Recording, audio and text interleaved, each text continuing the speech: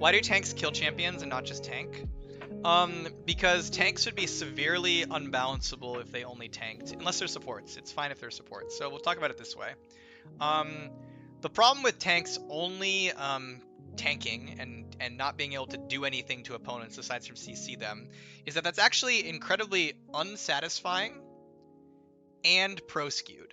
So one of the problems is if you're a player and you like, it turns out that being able to interact with enemy champions and possibly kill them is a fun part of League of Legends. So first of all, just making characters outside of support that just literally can't do that is very often you're just making a character that very few people want to play. But aside from that, it's also incredibly pro skewed in the sense that if you go in as a tank and you CC the enemy team, and that's the only thing you do, and then you're just standing there, you're only good if your teammates immediately follow up on you, which tends to only really happen in pro play.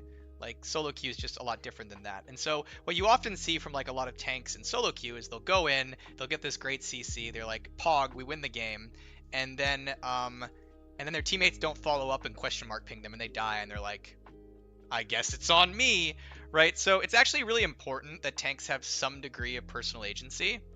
That doesn't mean that tanks just one-shot you all the time. I'm not saying that, but like tanks do need some amount of kill threat to make them like not just completely 100% team reliant in ways that can be like really, really bad for them long term. We did a tank update a while back where we updated a lot of tanks to be mainly about CC. The big ones here were like characters like Sejuani and Zac. And what we ended up creating were champions that were completely broken in pro and had to be gutted for pro, while being very unsatisfying and very weak in solo queue. Um, and so yeah, basically like the TLDR is that the purpose of a tank is to put threat, to create a zone of danger to some degree that says like you have to deal with me. Part of that danger is going to be through crowd control, but part of that danger is also going to be through threat, right? Like basically what a tank needs to do is the tank needs to just be like, hey, I'm here and you can't just walk past me to get to my buddy over there. You can't do that.